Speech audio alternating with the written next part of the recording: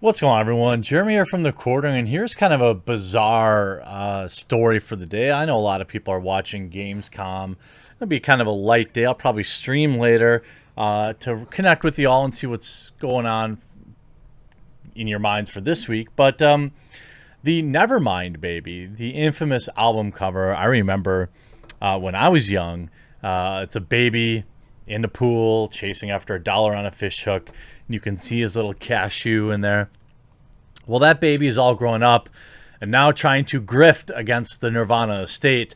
The man whose baby picture it was basically featured as one of the most recognizable album covers in my lifetime, filed a lawsuit alleging that the image was actually CP. Apparently. I don't believe that. But here we are. On Tuesday, the man whose baby pic ended up being featured on one of the most recognizable album covers of all time filed a suit claiming that the image was, as I mentioned earlier, Spencer Eldon. The baby on the cover of Nirvana's Nevermind was photographed for the album cover swimming in a swimming pool, obviously with the cashew out, chasing a dollar on a fish hook.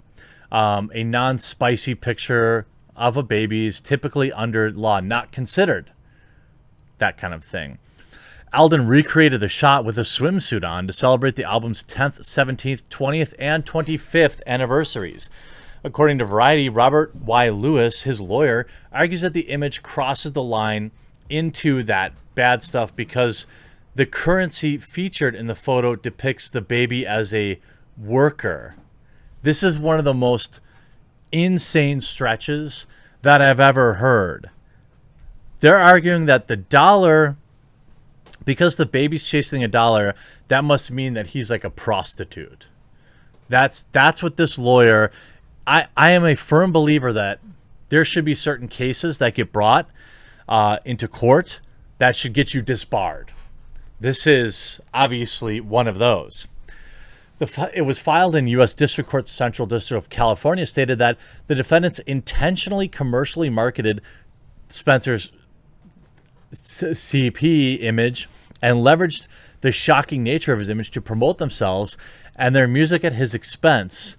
Defendants used this type of thing, depicting Spencer as an essential element of the record promotion scheme commonly utilized in their music industry to get attention, wherein album covers posed the kid in a spicy way to gain notoriety, drive sales, garner media attention, and critical reviews. Let me tell you something. That Nevermind record did not need... The title could have been... The album cover could have been blank. The album could have not included any image whatsoever, and it would have been the biggest album of that time. It was, I think, right after In Utero, which was already, I mean, in my opinion, far superior to Nevermind. But Nirvana was at the top of the game, along with bands like STP at that time, Alice in Chains. Anything these people put out were just massive, massive successes. According to Variety, Eldon is now seeking $150,000 from each of the defendants, including Dave Grohl, Chris Novoselic, as well as Courtney Love, the executor of Kurt Cobain's estate, Guy Osery, and Heather Perry, managers of Cobain's estate. The suit also named photographer Kirk Weddle and art director Robert Fisher. Original Nirvana drummer Chad Channing is also named as a defendant, even though he was replaced by Grohl in 1990 before that record even came out. This guy's definitely not grifting. He's definitely not desperate for attention and trying to get rich off of it. His parents cashed in on this image, most certainly signed away all the rights for it at that time. There's 0% chance he wins this. A number of record companies, some of which who do not exist anymore, that released or distributed the album were also named. Eldon's parents were paid $200 for the image on the day of the filming. The suit also contends that Eldon's parents never signed paperwork allowing use of the image. That seems unlikely. The suit also cited Michael Azerrad's biography, Come As You Are, The Story of Nirvana, which claimed that DGC, which is a division of Geffen Records, wanted to use a different image, but Cobain insisted on the baby pic. Allegedly, the rocker proposed a compromise, which was obviously not used. He suggested that he would consider covering the little cashew with a sticker that would have read, "If you're offended by this, you must be a ped." Yeah, I don't really know what else to say about this? I mean, this guy apparently is, I mean, nobody cares about the album cover. I mean, there's certainly some album covers in my day that were outrageous, and it actually was a thing in the 80s, 70s and 80s to have kind of shock art on your record to sell them at the record store. There were several albums that had to have different, like an outer sleeve over the top, if I remember correctly, because the art was too spicy. Heck, I remember the inside cover of, I think, Guns N' Roses' Appetite for Destruction. One of the images inside there was very spicy. It depicted, well, I won't go through it. If you owned that album, you know. And, you know, this is, of course, ridiculous. This Nirvana baby, I can't imagine, like, wanting to hang on to something like this. Obviously, if you go back to 2016, you see this Spencer Eldon, who's 25,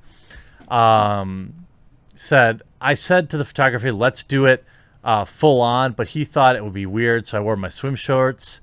Said Eldon, the album cover, the anniversary means something to me. It's strange that I did this for 5 minutes when I was 4 months old and became a really iconic image. It's cool, but weird to be part of something so important that I don't even remember. Now you want to get paid for it. And he also prefers the punk band The Clash over Nirvana. 1990. I mean, this image was taken in 1991. It took 15 seconds. His parents made $200. His dad told NPR in 2008.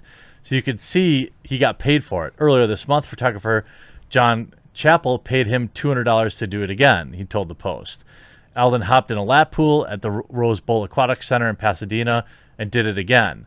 So he was willing to do it again for $200. This is just a pathetic money grab. It goes all the way back to 2008. The story just keeps coming up. 26 million copies of that record were sold. As he learned to walk, talk, and sing, his pale baby arms stretched across millions of grungy fans' walls. His little cashew stood out magnified across billboards and floors. In some places, his image stuck. The other day, his friends spotted a giant Nevermind photo on the floor of a record store in Hollywood. My friend was all like, hey, I saw you today. And I'm like, dude, I was working all day. He's like, no, I went into Geffen Records and you're on the floor floating and I stepped on your face. I mean, I get it that he wants to get paid, but this is frivolity in its purest form. I mean, I guess get paid. I don't really care if you take money out of Courtney Love's pocket since she's a dumpster. And in my opinion, drove Kurt Cobain to the ultimate self-removal from this planet. So I guess get paid, but also maybe don't bring frivolous lawsuits because it makes you look sad. Hope you enjoyed this video. We'll talk to you again real soon.